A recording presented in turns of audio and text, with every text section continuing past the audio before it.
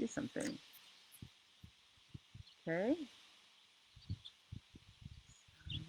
Watching the spinning ball.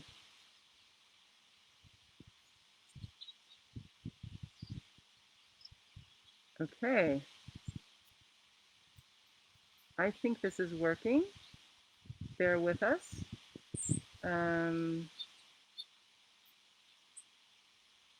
We are live.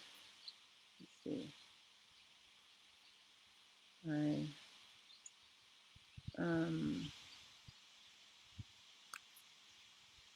see people join. Just let me know.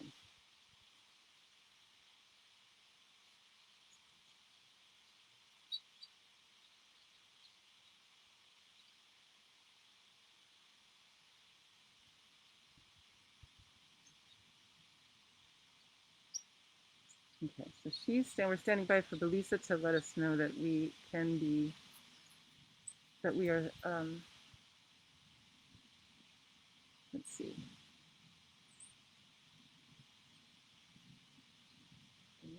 Oh, good. Okay, so Belisa says she sees us. Good. So great. So we're going to go ahead and start. Hi, everybody who's there. I'm Genevieve Anderson. I'm the writer-director of DUSTWUN, and I'm here with Laurie Jurs, and we are in a social distancing environment because we happen to be together for this, which is great. I'm in Tubac, or Green Valley, actually, where Laurie lives. So this is the first in a series of interviews that we are doing before the upcoming election to talk with different people from immigration advocacy groups and human rights groups to learn a little bit more about what is happening with immigration policy right now on the ground, and to learn about who it's affecting most and how the upcoming election might affect the people who are most at risk. So Laurie is special to me because she was the first person I went on a mission with the Samaritans back in early 2018 when I was conceiving of DUSTWUN. And Laurie taught me a lot about what is happening here on the ground with undocumented crossers and the work that the Samaritans do to alleviate death in the deserts, and just generally taught me a lot of things I never even thought about immigration and about the wall and about immigration policy. So anyway, without further ado, it's a bit of an awkward setup, but Laurie, if you wouldn't mind, please talking to us a little bit about who the Samaritans are, what they do, and how you got involved with them. All right. Well, our Samaritans group is kind of special. We're one of a kind. We are the Green Valley Sahuarita Samaritans. We have a sister group up in Tucson, but we kind of do our own thing. We probably have about 300 people on a mailing list. We probably have 60 or 70 that would actually meet in person if we didn't have COVID to worry about. And we are probably having 30, 35 at our Zoom meetings now. So I like to joke and say we're little old ladies in tennis shoes. I mean, we are mostly of an older age because of where we live. We live in a place that's mostly retired people.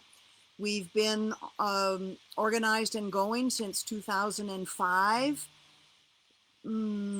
Genevieve mentioned our mission. It's sweet and simple. It doesn't need to change. I wish to hell it did change, but it's to prevent death and relieve suffering in the desert, because that was going on then. It's going on now.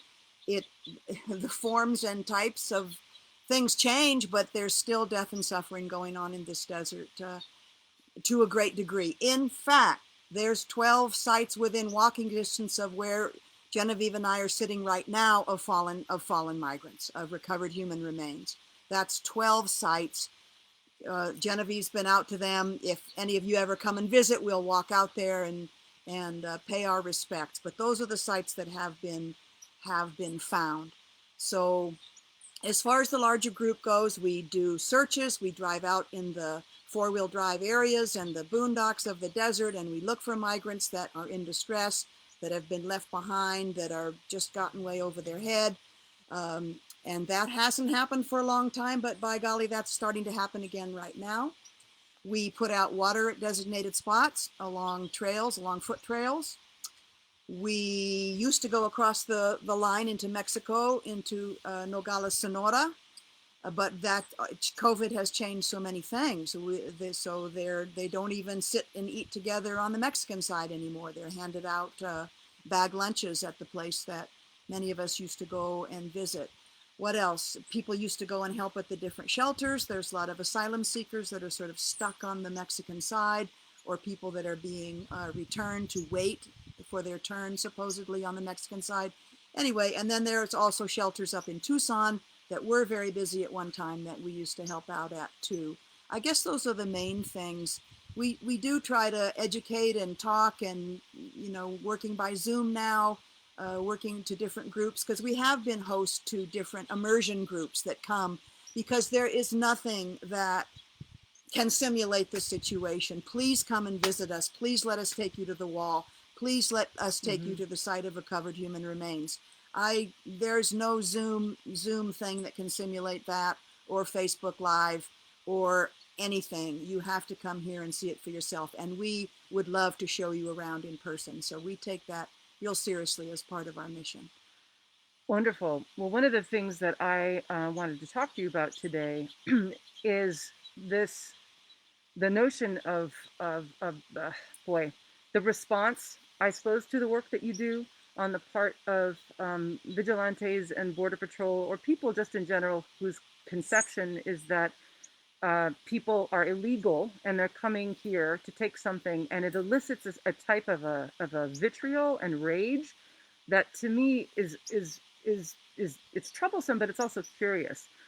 What and part of this recently there was an incident that happened in Nogales where a Border Patrol agent hit a Guatemalan man with his vehicle and knocked him down, and then was angry because he wasn't allowed to use the tactics that he thought he needed to use to take care of these scumbags, I think he called them, and then a bunch of other things. So it was just this tremendous amount of entitlement and rage over dehumanizing the other. And I think we are seeing something similar in the protests right now and in the Black Lives Matter movement. What is it about this rage and the need to absolutely dehumanize the other? Have you experienced that yourself, and what do you make of that? Well, that's a big topic, and that's a tough one. And you know what? I really want you to ask the same question to some younger activists as well. I'm 72 years old. I've lived through the 60s, and I think I've mellowed a lot to how I would be if I were 25 years old right now and doing this same work. So that said, I don't really want to get into the individual anger that much. I want to talk more about the system and the setup and what it does to people.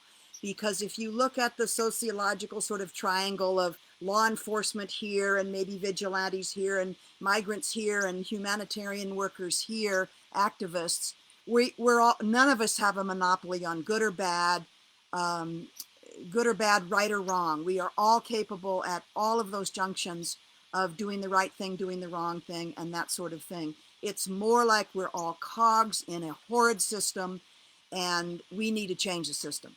We need to overhaul this system. It's got structural dehumanization in it, structural racism, structural bad habits, and all of this has been so energized by the Trump administration and, quite frankly, by the Border Patrol Union's leadership, which is very bought into the Trump way of doing things. So it's a system that's hurting people. It doesn't help the cogs in the system to fight one another. At least that's the way I look at it. I want to change the system and not get bogged down in those things, as awful as they are, as terrible as they are. When I go out on a search with the Samaritans, we will always stop and engage with Border Patrol. Probably not with vigilantes, but with Border Patrol, with miners, with tourists, with bird watchers. By miners, I really do mean gold miners, that kind of thing. We will talk to people and ask them what they're seeing and ask them what they're thinking. And we've had some pretty darn excellent conversations with Border Patrol agents.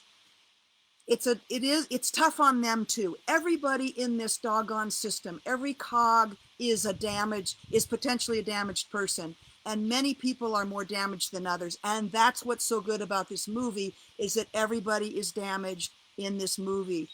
And so it really shows that. And that's what I see when I'm doing the Samaritan work on a daily basis. People are damaged, and it doesn't help to fight their damage or to judge their damage or to fight their damage. It's best to for all of us to remember that we're all in a rotten system. But of course, the migrants are the ones that are suffering the most. Yes, we have to help them. Yes, we have to get them to where they need to go. So I guess that's what I wanted to say. It's more of a system thing. It's not a system that's going to heal people. It's not a system that's going to make us be our better selves. It's a rotten system, and we need to deal with it. I need to deal with it pragmatically and help people navigate their way. That's why it would be so great if you could have the same interview with Francisco Cantu, who also signed into the Border Patrol, lasted for 4 years, gave it his best shot to be on the inside. Because, yeah. I'm really glad you brought that up, and it kind of changes the structure of the things I wanted to talk to you about. That's fine. Which is great. That's what these are about. But what I love about what you're saying is that you're not fixated on the next question I wanted to talk about was what happened at Bird Camp, Department of Homeland Security's involvement, and how kind of overdetermined that response was for the situation at hand. And again, why I suppose why that's allowed to happen, or why there's so much fear right now that we feel that we need to deploy these, the tanks and helicopters and whatnot to tend to people lying in clots.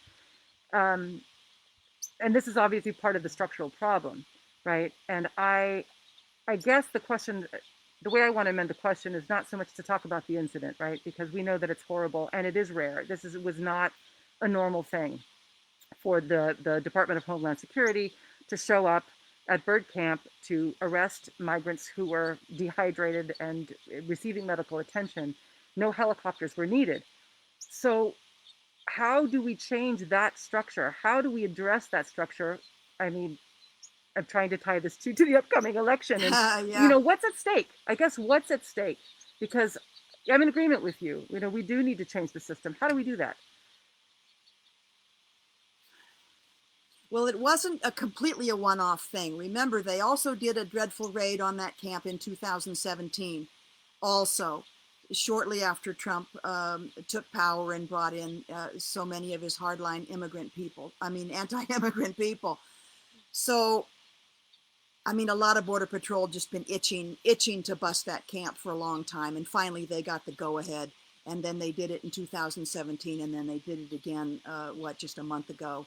A month or 6 weeks ago. They obviously could have arrested those same migrants in a different way before they got into the camp, or they did not need armored vehicles and helicopters and 15 vehicles and 25 people heavily armed. It was a show of unnecessary force, of intimidation, to scare everybody, to scare no more deaths, to scare the young volunteers that are living in that camp.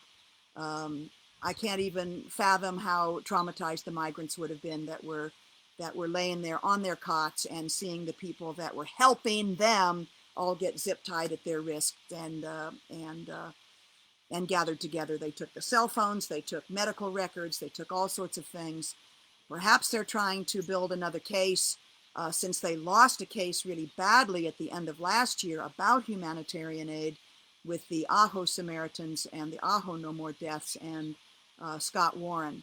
A jury unanimously said humanitarian aid is not a crime. There was no criminal intent, and kindness cannot be criminalized like this. So I think there's probably still a lot of people in the Border Patrol, and including people with leadership responsibility, who are really mad about that and really hoping they can find another way to hurt the humanitarian groups. That's my guess. It was such an over militarized, over the top type of raid that did not need to be that way. But hey, they went through 14,000 messages in the Scott Warren trial and did not find anything. Wow. And so I'm imagining they will find the same lack of evidence in the stuff that they took from the bird camp last month, because we are operating along with the International Red Cross protocols for crisis and disaster areas, which is exactly what we're in terms of the way people are falling and dying and suffering here. And we're proud of that. And we're not going to stop. And you know what? That camp is up and running already. It is up and running again already. So it is not a safe place. They can't keep Border Patrol out of there. They can insist on a warrant, which they will. But, you know, they can't stop. They're not going to win, but we have to change this election from the top down. We have to win this election, and we have to change the structures from the top down. What happens? Well, two questions. Is it illegal to administer to an undocumented migrant in the desert? No, it is not. It is absolutely not. It is according to the Red Cross protocols for disaster areas. It is not, and it is also not required in any kind of legal way that I report that I'm an undocumented person that I'm helping. That is my choice and their choice, and it is all those things were substantiated in the Scott Warren trial, which I encourage you all to look up and learn more about. Is it? I guess the other question then is it's two parts. One is, what would happen with the fear of being overrun by people flooding in from Mexico over the border if we were to open the borders or have more lenient policies for people to get into the country. I just learned yesterday, I didn't know that processing a visa can take up to 24 years at this point, which is the reason why a lot of people are crossing the border without waiting to go through proper channels, because there aren't any, or the proper channels are unrealistic. So if we were to make visa access more, I guess, more realistic, I suppose, to meet the demand, what would happen? Would something bad happen? I mean, what in your opinion would occur? No, only good things would happen. Though my personal knowledge of it is a little bit less with visas than it is just with the asylum process. And all sorts of people were coming from Central America, and get this, there's people in Nogales, Mexico right now, from Venezuela, from Ecuador, from the Congo, from Eritrea, from Russia, all over the place. And they were processing them like 6 families at a time. For the ones that were trying to be legal, do it right, go through the port of entry, they made lists, they were self-regulated. But my gosh, why couldn't they process more than 6 people at a time, or 6 families at a time, to go through there? So of course people ran out of money, got desperate, and went between the ports of entry, which is then considered an illegal crossing. But still, it up until now has always been legal to ask for asylum. They would go through between the ports of entry and then turn themselves in and ask for asylum. And there's nothing wrong with that, and we should be doing that. But we should be taking them through the ports of entry first and foremost, so that we get the criminal elements not making money off of these people. So, but anyway, there are more and more people going through the desert now than before, than in the recent past, because they're just getting stuck. They're out of money. They really can't go back to where they came from. It's too violent. The same issues that drove them out of there in the first place are still there. I'm understanding that some people are going to other parts of Mexico because they can find work there, or people are just getting together and renting a little room and living in Mexico, in Nogales, Mexico, as best they can, and waiting for things to change. So, no, I don't think it would be. Yes, we need systemization. In fact, I think we need law enforcement, but we need sensible, humane, realistic law enforcement that leads to the goals that we want. And a lot of that is all up in the air and in arrears right now. And yes, that needs to be restructured and reformulated. But it can be. The asylum laws have all been turned on their head right now, and the politicians have used the COVID as an excuse to say it's an emergency and all that sort of thing. But I don't agree with any of that. I think it's wrong. I'm a public health expert myself. Well, public health person anyway. That was my career, and using COVID in this way is totally reprehensible. So I'm not afraid of that. Oh my gosh, no. We there's so many better ways that we could be handling this. If you could identify like a core central thing, what would be the first thing that you would want to change about our current immigration policy that would reap the most benefit? Oh, that's such a tough one. But certainly one of them would be to put the asylum laws back the way they were. I mean, improve them actually, but put them back to the way they were, so that people aren't having to wait in Mexico for their court cases that have been delayed, or they were making people wait in Nogales, Sonora for court cases over in Texas, which is a 10-hour bus ride for people that have little kids that don't have any money, and all that sort of thing. Just putting up so many cruel and unnecessary obstacles. So certainly fixing the asylum system, repairing it and improving it would be one huge one. Another one would certainly be making work permits a lot more reasonable, sensible, and available, and not tying them to a particular employer, but tying them to a area of work, such as agriculture or something like that. That would be good. Get the people out of the desert that don't need to be in the desert. They do not need to be in the desert. If there was also one thing that you would like to say to the anger, that people feel about immigration, this topic, you just mentioned it, and it makes people mad. Like the fact that we're having this conversation, the fact that I'm making the movie, just by dint of its existence, makes people angry. If there was something you could say about these real people, what would it be? I know that's a tough question, but if you could speak to the heart of the angry person, what would you say? Yeah, well, this might be after some other conversation and maybe an adult beverage or something. I don't know. Because we do have neighbors in that exact situation right from where we're sitting right now. Sometimes it's best not to have that conversation. But say we're feeling that we could.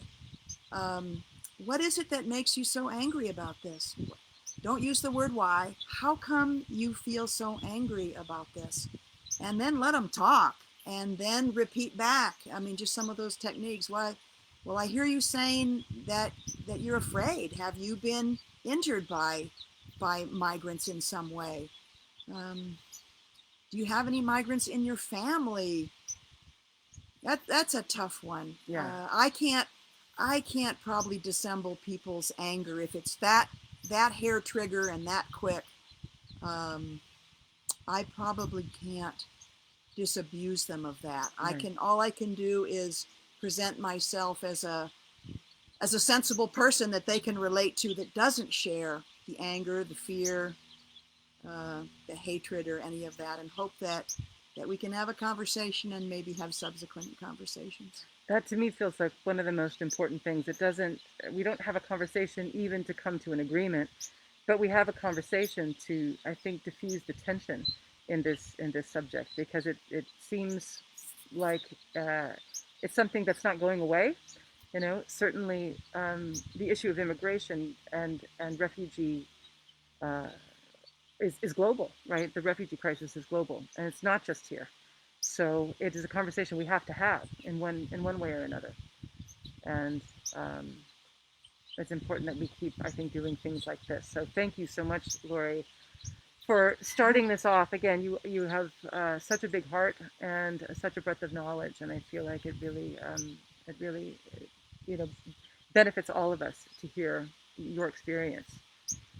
So thank you, Genevieve. That was really kind of you to say that. Thank you, and thank you for making the movie. That's another thing. Hopefully, maybe I could sit down with an undecided or an angry neighbor and watch the movie. And on that note, we are offering, for people to know, we're offering the movie to organizations who want to use the film to further dialogue about different immigration issues and also to raise money for their organizations. So if you know anybody out there who knows anybody who would like to use the movie in that capacity, please just send us a message on through our DUSTWUN page. So, and let us know. We would love to help in any way we can. So I think that concludes it for today, unless there's anything else that you want to say or share in closing. No, I'm fine. Thank you. Thank you so much for setting this up, Genevieve. It's really been good. Awesome. All right, and thank you everybody who came and showed up for this. And there'll be another one next week with Allison Ball. So please share. And in the meantime, peace and love.